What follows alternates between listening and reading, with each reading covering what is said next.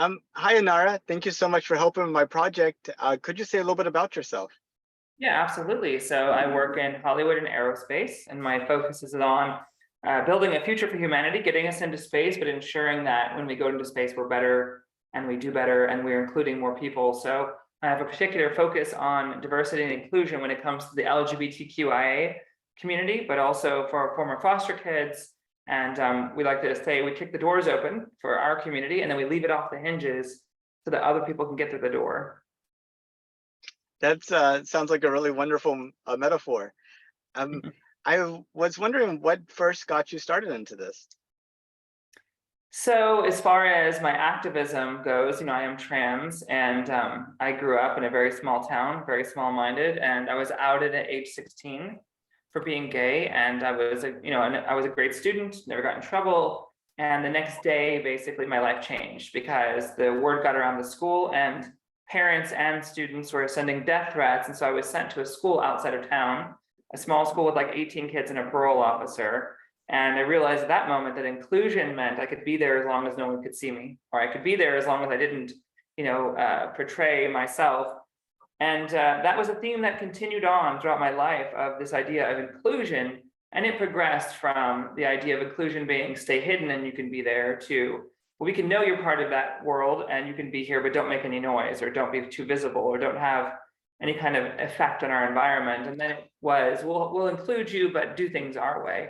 And so I'm really interested in pushing the point to beyond inclusion, where people from my community and others that have been left behind not only get a seat at the table, we get to pick the menu. We get to help, build out that future. And I like to say that, people who've been left behind, people who are outsiders have superpowers that aren't being leveraged. So it isn't like when someone allows a trans person or a gay person or a lesbian person into their company that they're doing some huge favor to that person. That person's bringing to them a huge group of assets that they don't have access to. So I try to flip that script. On the space side, I've always been involved in science, and I grew a huge social media network. And I hadn't gone to school because of some of the situations I dealt with in foster care. I came out of the system with no education, no money, no family support, and I had to find an untraditional way to get involved in the industry. And that was through building groups and clubs and Facebook groups and networks on social media. And I would go to these big space organizations and I would say, hey, I see you're doing this really great thing. The public doesn't know what's going on. I'd love to help amplify this. And I would do that. I would amplify what they were doing. And they'd be really, thankful for this. And they would say, what do you want? Usually thinking I was looking for a paycheck. And I would say, I want two things. If you go to space before me, you take me with you and we have a coffee on the moon. And the second thing, which was more of the serious thing, I said, if I call you for a meeting with someone, you take the meeting. You don't have to give them what they want, but you have to take the call. And so that created this open door network where I could get people into these meetings with these amazing people and they would all benefit from this. And so I became very focused on looking for the missing pieces of the puzzle and connecting people that I felt could help each other, complete that puzzle. So that's been what I've been doing for about 16 years now. I like to kind of go back to your first point about kind of this group behavior that we see where you have a group of people kind of excluding other members or other groups. And I feel like that there is fundamentally a deeper problem, like you're dealing with a special case of it.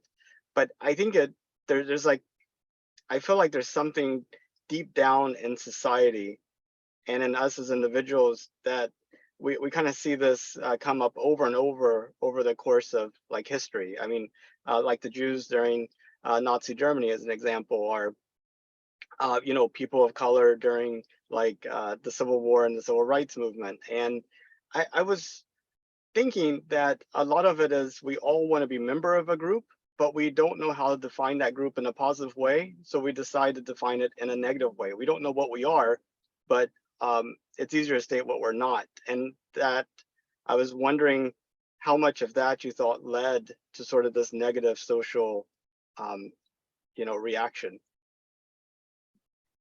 So I think there's a lot of psychology behind the idea of in groups and out groups and the way people group themselves and oxytocin and all of that. And then that's a pretty complex topic. I'll let the listeners, delve into that as they wish. But I will say that we're all in boxes at all times. We're all either in boxes we put ourselves in, or we're in boxes that other people put us into. And to some degree, we really can't escape that, that kind of cycle of boxes. What we can do, though, is try to build the biggest boxes possible and allow as many people into our box as we can, and try not to put people in boxes they don't want to be in. I think that's the key. Like I'm always going to be in the box of someone who breathes oxygen, so I can do very little to fight that. I mean, there's technology to help me breathe in places without the oxygen. So, we're bridging that, but there's all these boxes.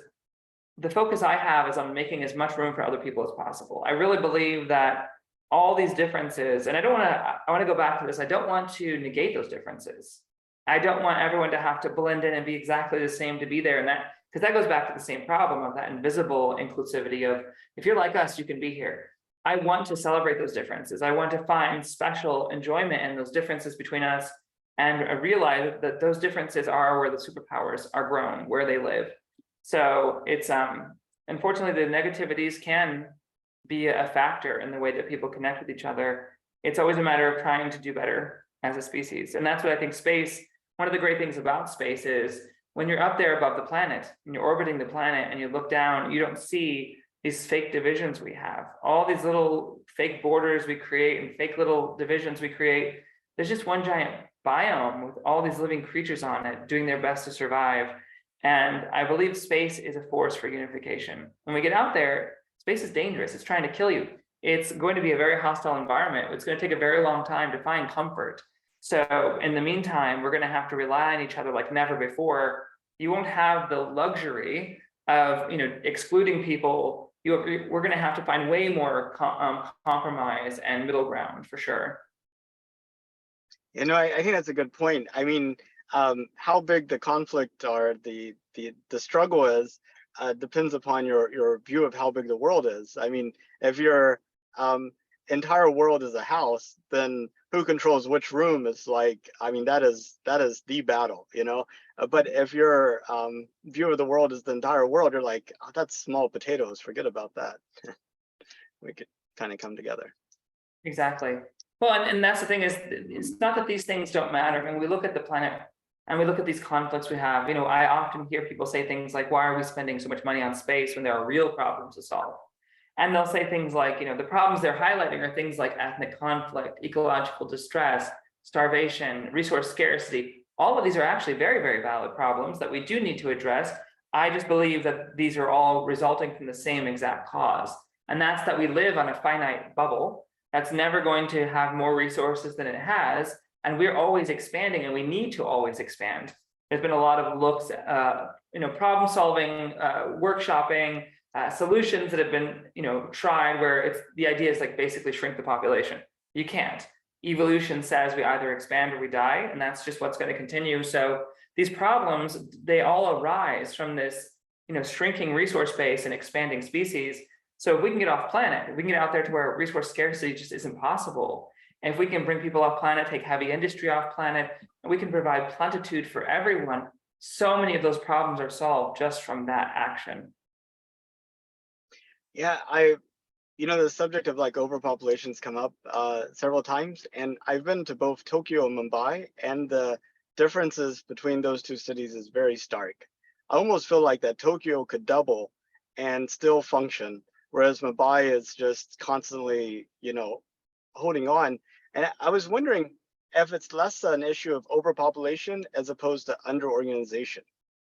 Absolutely. So I don't believe in overpopulation. In fact, I'm a strong proponent for populating more. We need more people. We absolutely need to grow our populations. And that just goes back to the idea of expand or go extinct. I think what most people refer to as overpopulation is urban crowding. It's traffic. It's these kind of things that they feel like the world may be overpopulated. If you're in a very busy subway and it's packed full of people and someone's elbow is in your face, you may feel like that's a perfect example of overpopulation, but really you're in a crowded moment. But the planet itself has so much room, and we have plenty of resources for everyone at the moment, but there is this perception of resource scarcity, and that creates a mindset of scarcity. I'll give you a good example. If I were to invite some people over to my home, and you were one of them, and I would say, here, I've got, 5 or 6 of you here. Here's a plate of sandwiches. There's 10 sandwiches, plenty for everyone.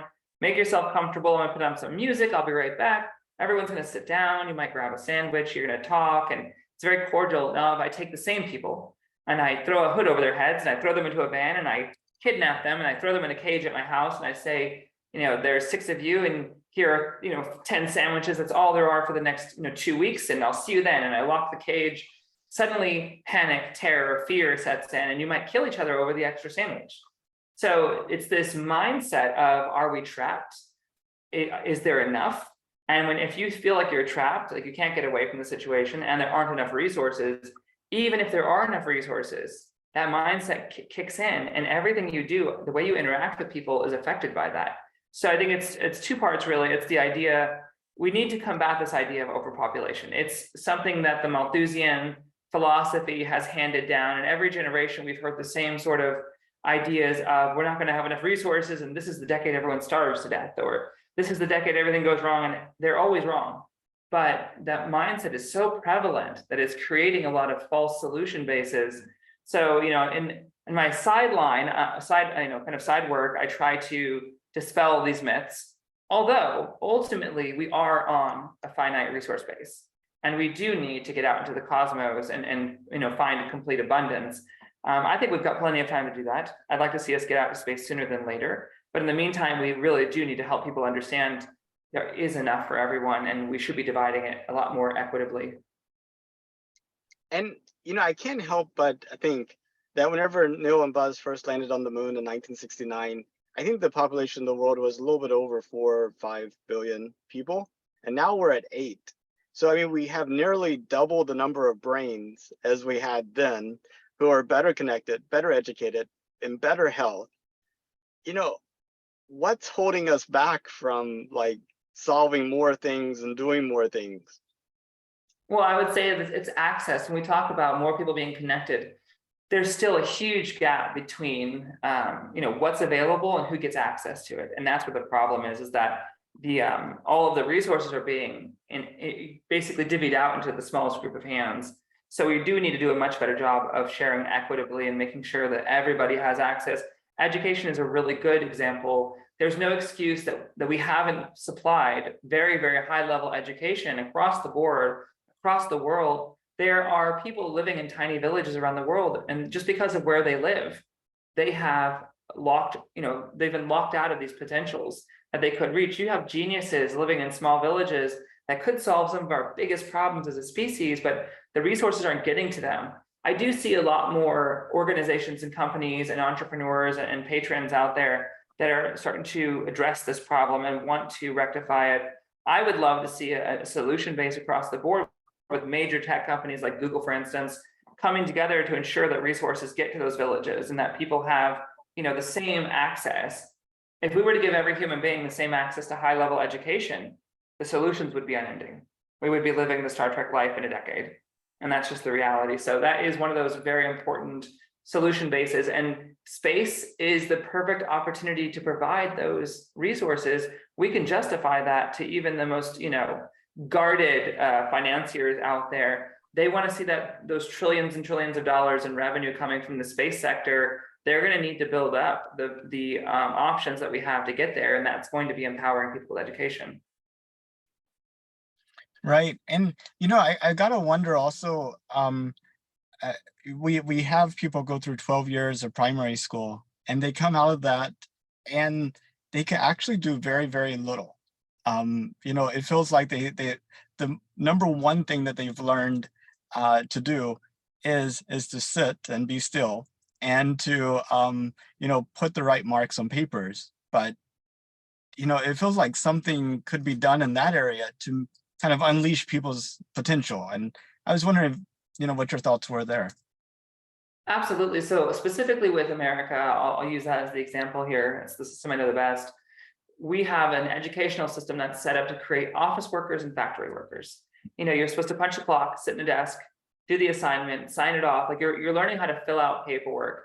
You're learning how to read a manual and then summarize that manual or follow that manual. So this is not where the thinking happens. If you look at the grade spectrum, most of your really amazing entrepreneurs that innovate and create new pathways, they were very poor students. A lot of them dropped out of school. And that, to me, that correlation is so clear that we need to be reassessing how we value and how we structure education. We have a problem in America that is created by the fact that the educational system is not some huge monolith. We don't have one integrated system with one set of controls that can be flipped over tomorrow. If we did have that, we would be able to adjust the curriculum for reality periodically. But the problem is you're looking at all these different structures, state education, federal education, colleges, private schools, and all of them work under different regulatory bodies. They all have their own curriculum structures. So when we're looking at trying to get children ready for the future that is aerospace, we really don't have the ability to adapt that curriculum in real time. So in light of that fact, that limitation, what we're going to have to do is create supplemental education. So I'm creating a system at the Multiplanetary Society called the Nova Cadets, and it's one example of what we'd like to do to create a solution base. It's like the scouting organizations, like Girl Scouts or Boy Scouts, but it's based on STEM education. And these can be very dense systems created during the summers, for instance, on weekends. And we can embed curriculum that is extremely dense. One of the biggest problems I see in American education as well is this, and even especially at the college level, if you want to be an engineer, you have to take all of these other courses that have nothing to do with engineering. And the idea that's been sold to us is that it's part of a well-rounded education. That if you're an engineer, you need basket weaving and you need poetry. I love well-rounded education. I love the humanities. I'm a huge fan of learning anything and everything, but we need to target these degrees. I really feel like we need to get these kids at the youth level for education into highly targeted courses to allow them to be competitive. And the idea should be when you get out of high school, you're ready to work. You're ready to be able to achieve something. And college is going to be for specializing. But right now we don't have that option. Nova Cadets will go to the private industry, such as SpaceX, Blue Origin, Axiom, and we'll say, let us know what your perfect employee looks like. Show us what somebody walking through the door on day one looks like to be your ideal employee, and then help us build out that curriculum, and we'll execute it with some funding that you can provide to us. The same thing on the Space Force side. Space Force, tell me what your ideal guardian looks like walking through the door at 18, and I will structure the Nova Cadet program. So what we envision is our two tracks, the private space industry and the military industry. And we'll be able to structure those summer curriculums with maker spaces, with summer camps, with online curriculum to be highly dense and allow these kids to be competitive. And instead of being something that's kind of a distraction, we see it as giving them the cutting edge. If your kid went to the Nova Cadet program, they are going to be able to compete on the world stage at the highest levels in the space sector. That is how I envision changing this. That sounds like a wonderful thing. I'm just envisioning what the uniform and badges would look like. Well, we have a team of people dealing with that for sure. That's a lot of the fun part. So there's a lot of really cool stuff going on with the badges and the sashes and the uniforms and yeah. I had a few questions about the moon I wanted to ask you. I guess first of all, when did it become real for you that we were actually serious about going back to the moon? So I with this one, I'm a little bit trickier. For me, I look at the Apollo era and there's a lot of great things that happen there, but there is a lot of rhetoric about that age that I feel needs to be corrected. We look at what was going on at the time. Russia was in this, basically building up towards this contention between America and Russia. And we were worried about proliferation. And when Russia launched Sputnik, there was a Sputnik craze. People were like, oh my God, it was terrifying, the idea that they could have some sort of edge above us, literally above us, the ultimate high ground. Out of that craze came DARPA and NASA. So originally, the idea was the Russians are a threat. We need to counter that threat. We're going to create these bodies that are going to help us do that. So we had DARPA created the same exact year as NASA. And then the Apollo era, Kennedy made this amazing speech and said, by the end of the decade, we're putting a man on the moon. It was this planting his flag before he planted his flag. Like really, that's what it took, making that commitment. So I saw this, we see this race between Russia and America, and the Apollo era was about a national myth. We created gods out of our astronauts, and it was necessary, and it worked at the time.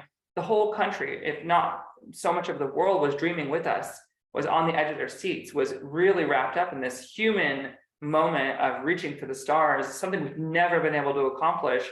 And people would cancel their plans and have family barbecues or schedule themselves around these family barbecues to watch these launches. And the Apollo astronauts took, photos in front of Corvettes, which they really didn't actually own or get to keep. But that myth, that national myth, allowed for us to do what we did. That being said, I don't feel that there was a real commitment at that time to get humanity into space. It was more of two kids fighting over something and one of them licks it so he gets to keep it. I feel like that was the kind of the apex of what happened during the era. It was like, we touched the moon, so it was ours. We win, and then since we did that, now let's sit down at the table and negotiate a peaceful treaty, and the Cold War ensues. But now I feel like there has been a huge commitment that's been made to getting humanity into space from the private industry side. NASA does a wonderful things. They do all kinds of great things, but the thing they do not do right is human exploration of space, in my opinion. So when they're talking about the Artemis mission, I feel like they're hitting a lot of these emotional points. They're saying, we're going to send the first woman to the moon. We're going to send the first person of color to the moon. These are things that should have happened a long time ago. These are absolutely things that need to be rectified, but they should not be done symbolically. These need to be grounded in reality. We need to actually send people from all genders and colors and nations and ethnic groups, but we need to send them to stay in space. We as a species need to go to space because, like I said, the resources here are finite, but also our time is finite. When we look at the planet, people often make the mistake of thinking that the planet was made for humans and it's always been ideal for humans. And if we do the right thing, it'll stay ideal for humans. So when we're talking about climate change, for instance, we've done a lot of damage as a species. And the rhetoric is that if we just recycle more or use less of something, that the planet will stay, balanced for us. But the reality is the wheel is always turning. And the planet is reaching the end of its ability to be ideal for us. And I would say it left it quite a while ago. And nothing we do is going to make the system slow down or stop for us. It's going to continue on to the next few phases where eventually it won't be habitable to humanity. So we need alternatives. We need them desperately. The moon to me is a misstep. I think it's great to put something on the moon, but the heavy focus on the moon to me just isn't going to cut it. Really, I like to think of the moon as the 8th continent. It's right there in our backyard. It's arguably within our atmospheric system, actually. And we need to be reaching much further. Mars, to me, is a good start. If we engineer for Mars, the moon is not going to be an issue. We should be engineering for Mars, focusing on Mars, and then the moon will happen as obviously part of the supply chain. We can move heavy industry there. We could move our base of operations there for any forward movements. But ideally, we should be looking at Mars and beyond. We should be looking at the 4 outer planets. We should be looking at the interstellar world. So I don't think that NASA is going to hit it. I don't believe that Artemis will actually go off without a hitch next year. I believe we're looking at the 2030s at the minimum for Artemis, and that they will be camping trips. So I'm looking to the private industry with a real commitment to making us multiplanetary. That's what it's going to take. Do you think there'll be humans on Mars before 2030? Absolutely. Yeah, if I had to pick a date, I would say by 2026, we'll have people on Mars. And how do you see that coming about? SpaceX is where I put my money. So I think the commitment that Elon Musk has made, his timeline is often, not correct, but he perseveres. So if Elon Musk tells me 2024 and he lands it by 2030, I'm happy. I think Elon Musk is a huge proponent of what needs to happen, but also Blue Origin is doing some amazing work. Blue Origin, Jeff Bezos was inspired by Gary O'Neill and his high frontier vision, and it's a vision I share with him to create arcs in space. This would be an ideal way to move humanity out into space. So if we have Jeff Bezos creating the ARC program, if we have Elon Musk building 1,000 rockets a day to get us into space, and we have others doing their part, then we have the possibility. So I think that's part of how it comes about, but also we're missing something critical. And that's what the Multiplanetary Society aims to do starting this year, is ask that big question. What is it going to take to make us multiplanetary? Because nobody actually knows that. I don't think even Elon Musk has that. He's building the rockets, and that's something we need, but we need other people to handle the habitats, the radiation shielding, the water storage. There are so many pieces to this puzzle that have to happen.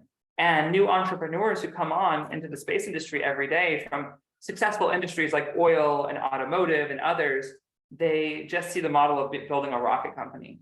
If we have too many rocket companies, but no one's taking care of the food, for instance, and the closed loop food systems we need to create in space, then we won't get very far. So we need to ask that question, what will it take to make us multiplanetary? And then we need thousands of subject matter experts around the world to come together, and what I would like to call a multiplanetary Congress, to dig into what it would really take to build working models, philosophical models, and then physical working models of how we could make this thing real. Then we can start with a solution. Then we can say, hey, the next 100 billionaires out there that want to get involved, here are the things no one else is doing that we need done, and it will make you instantly a part of this game.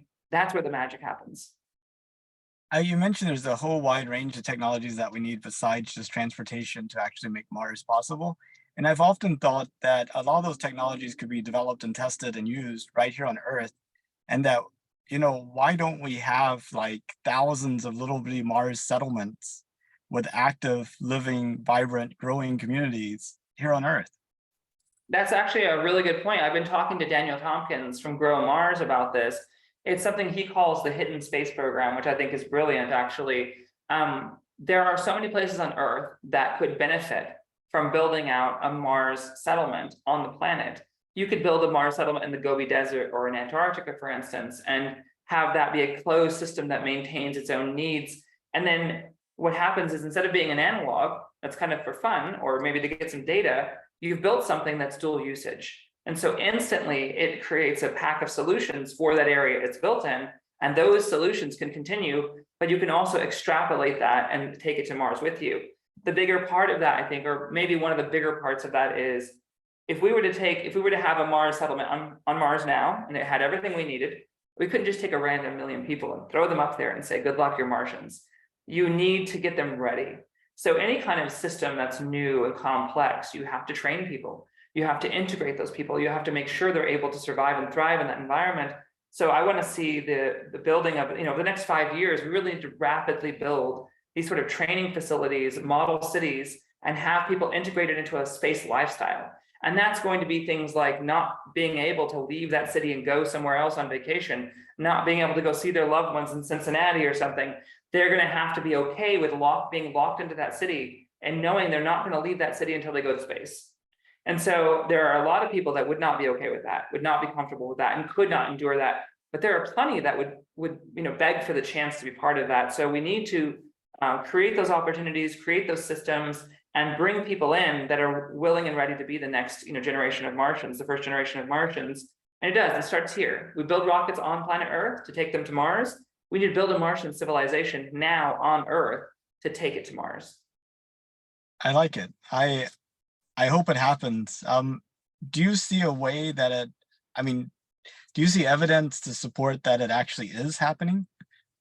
Oh, absolutely. I would say that the priority that so many people are giving to the space industry is very evident. They see the writing on the wall. Like I said, you have these very powerful, successful executives leaving industries such as automotive and oil and others that they don't need to leave. They could be very comfortable. They could make all of their money there, but they are leaving those industries or preparing to leave those industries, and they're starting to prioritize space. They see the writing on the wall in the sense that aerospace is going to be tapping into the first $1 trillion industry and beyond in a very, very big way. So I see that, but I also see the policy changes. I think there was something like $182 billion that was just put into a kitty on the US side to start funding a bunch of initiatives where people are spending their money, where they're changing their policies, where they're making transitions into other industries. That's where you start looking. That's what you start looking at. When you see that, you know that there is enough momentum there to make that thing real. When you look at the future of humanity, say 200 years out, what does it look like to you? So there's a book written by Jerry O'Neill called 2081, and he talks in that book about futurists. And the most successful futurists are the ones who don't go too far out. So if anyone ever tells you they can envision society 1,000 years from now, that person has no clue what they're talking about. And as technology has gotten more advanced and the rate of innovation has gotten faster and faster, it is so difficult to predict, I would say 50 years out. I don't know what that even looks like at this point. I can tell you the next 10 to 20 years. I would say within the next 10 years, very easily we will have cities on the moon and on Mars at least. We'll very likely have some sort of supply chain set up between Earth, the moon, and Mars. We'll see energy being produced in space for usage in situ and those different settlements. And I do believe you're going to see at least the beginnings within the next 10 to 15, 20 years, the beginnings of a new culture, a truly new culture emerging in space. Ultimately, though, at some point, we will see these settlements split away from Earth and be no longer dependent on Earth, either in the sense of resources or in the sense of oversight, legal structures, anything like that. So that's the age I'm really excited about. So I would say, let's say 20, 25 years, I would see the first, in my mind, I see the first really independent space settlements building out their own future. If you could, would you take a trip to space? Oh, absolutely. I intend to be the first trans woman in space. If you told me I could get on a rocket tomorrow with a 75% chance it would blow up, I would get on the rocket. The space is my destiny. It's my obsession. It's my passion. I asked my daughter, we often do these games where we say, like, if you could live in that future or this future, what would it be? And I said, if you girls could go to the future 200 years from now, would you do it? And my oldest child, Ari, said, no, I wouldn't do it because I want to live now. This is the most exciting time. We're the generation that makes all this happen, that gets it all started. And it was such a powerful and profound idea. I have to agree with her. It's truly exciting to be part of that generation that opens the door to space and really gets things kicked off, because at some point, living in space, like Tim Chrisman from Foundation for the Future says, it's going to be boring. And that's a good thing. We want to get to the point where space is boring. It's no longer the objective. It's just a place where we fulfill lots of objectives. But I want to be part of this generation where it is the objective, and it is a monumental objective, and we get to build that future for future generations. I think that's a wonderful vision and statement. I know we talked about a lot of things. That's pretty much all the questions I had, but was there something you wanted to talk about that we didn't get to? Yeah, so I would love to talk about a little bit of my work with gays in space. I saw this problem where on the space side, we were doing these amazing things. We do so many amazing things, both the things that the public sees and the things that just kind of happen behind the scenes. People in the space industry are building the future. They're building the possibilities of humanity being multiplanetary. And so often the public does not get it. On the Hollywood side, Hollywood spends $600 billion a year, and the public is like, when's my next season coming out? When do I get to binge the next show? And they can't wait for more entertainment. And they never really have the same standards of, why are you wasting money on that show when you could be doing these important things? So I went looking for an ability to tie space into these zones where people were already giving their priority. And I found Gays in Space. So it's an organization that's been around for 7 years. They've done over 200 events. I think it's like 250 or something. So over 200 events. And they do things like Comic-Con, for instance, San Diego Comic-Con, New York Comic-Con, WonderCon. And at these events, they build out safe spaces and exploratory and exuberant spaces for people to be themselves and to network with others and to enjoy what connects them in the fandom. Oftentimes, this vision that Gene Roddenberry created is what connects people when they would normally not have a way to connect. They would have so many differences, they couldn't find common ground, but that shared vision of possibility does that for them. So we're building out our first full-fledged convention. So we do other people's conventions. We have programming at their conventions, panels and talks and booths and stuff. But D&I Con, which is Diversity and Inclusion Convention, will be in May, the 5th, 6th, and 7th of May in Philadelphia. You can check it out on dnicon.org. It's dnicon.org. And I'm really excited about this. Right now, we have a ton of the actors on the website that are going to be there, loads and loads of them.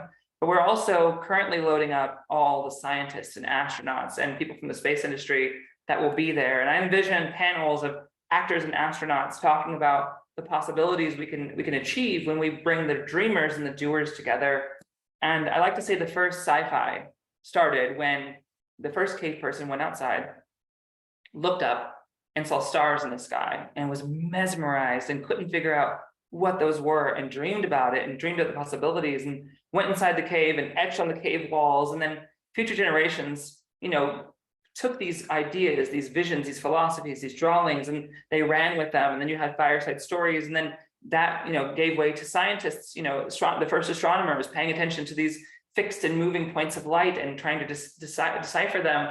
We see the exact same process of this mutual creation between the dreamers and doers with sci-fi and science. Gene Roddenberry was very inspired by the science of his day. And coming out of the Apollo era, he creates Star Trek. And Star Trek has been this huge vision point that has given birth to so many new scientists. If you ask astronauts and scientists out there working in the space industry why they're there, so many of them either got on board because of Star Trek or Star Wars or Space Camp, something like that. So DNICon, it's going to be this combination of the dreamers and doers, and it's going to be a place where we can talk about pushing diversity and inclusion beyond this point of, just accepting people and getting us to lead those movements. So I'm really excited about it. I welcome anyone out there that wants to partake in this. Please buy a ticket, come and see us. You can also donate. We're doing scholarship programs to send queer youth to Space Camp. You can find that on our website, gaysinspace.org, and that's 3 A's in gay, 3 A's in space. If you're a space org and you want to be part of this, we'd love to have you there. Contact us. We're building out the programming, but this is meant to be a place where we can embed really great messaging and change. I mean, it sounds wonderful. I'm definitely going to check it out. You said something that kind of caught my ear, and I just wanted to ask you about it. The 3 A's in gays and 3 A's in space. Other than it being kind of like cool sounding, is there something meaningful in the 3 A's? Yeah, so we believe in having fun, making an impact and having fun. And actually the organization is called Gays in Space, kind of like pigs in space. And we do some great work, but it's always with a sense of fun, because making an impact is a beautiful thing, and you should enjoy it. You should smile, you should laugh. We have dancing and parties and music, and so the fun element is, I think it's so critical. You can't change the world if you can't enjoy yourself. Absolutely. And fun is contagious, and it's going to take a lot of contagion in a positive way to change the world. I did have one other question that kind of came to mind. And, Star Trek for several generations, or at least for several decades, was like that central, ubiquitous, positive vision of the future of humanity. And, with all the media options we have now, it seems like we don't really have anything that serves the same kind of function that Star Trek did. And I was just wondering what your take was on that. Absolutely. So I would say Star Trek definitely has been this forward-thinking, hopeful, inspiring vision. What I see now is the Orville. So Seth MacFarlane has done an amazing job. We worked with him and his crew on several things that we did with Hulu and Disney. We did San Diego Comic-Con. We had some of the actors from the Orville there. Then we flew 4 of them to New York, and we did a private screening of 2 of the episodes, which were the storyline of Topa, the trans character on the show.